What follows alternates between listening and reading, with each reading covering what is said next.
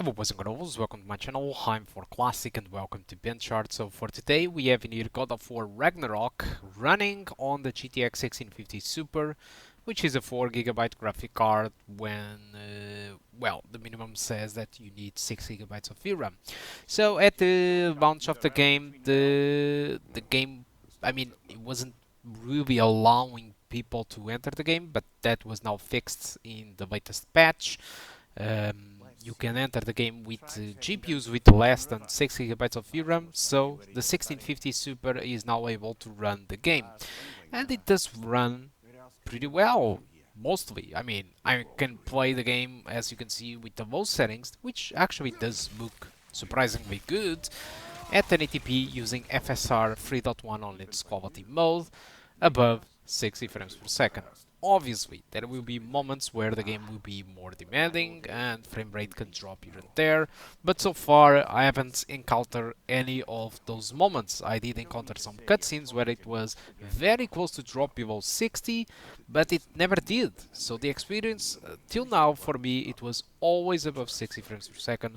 There was no stutters, and it was very silky smooth, and textures were not having issues like not loading or stuff like that. None of that really did happen. So very good experience with a 4GB graphic card, despite the game on the options menu many times claiming that we are pushing way too much of the VRAM of the GPU. And I'm pretty sure that we are, but still the GPU somehow manages to play the game just fine. But just like I said until now, I'm not entirely sure how the game will perform throughout the rest of the levels. There might be issues, there might be crashes, who God knows what type of issues there will be. So if you are going to play God of War Ragnarok with a 4GB graphic card, just make sure that some issues might appear. But so far on the first levels, it have been pretty good. That's what I have to say. Then I decided to try out a little bit the median settings. That I got, it was in between 40 to 60 frames per second. There are some obviously differences in lighting and a little bit more of the distance of the details. But pretty much it was more or less just that, but it was just on the first levels, so probably the differences might be more visible in other areas of the game, I don't know. But so far low looked pretty good for the performance that it did offer. Median settings does look slightly better, but the performance is in between 40 to 60 frames per second.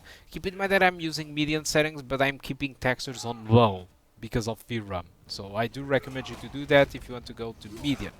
I think this setting is perfect if you are going to play with the gamepad and lock the game to 30 frames per second or something like that. I do still prefer to play at 60, but if you intend to play at 30 frames per second, just like some console people, well, median settings, it is a nice jump, but you need to use textures on low. Then I decided to, let me mention, I have used FSR on its quality mode, alright, this is important. And then I decided to move on to high settings with FSR, and well, settings, textures on low, FSR, we are very above the VRAM limits. And as you can see, we are already seeing frame rates below 30 frames per second, and so I don't really recommend you to take this approach and play on high. Just avoid it. Either you play on low settings with FSR and play above 60, or either you play with median settings, textures on low with FSR free, and enjoy an experience above 30. And that's about it. Guys, thank you a lot for watching, and I do hope to see you soon. Goodbye.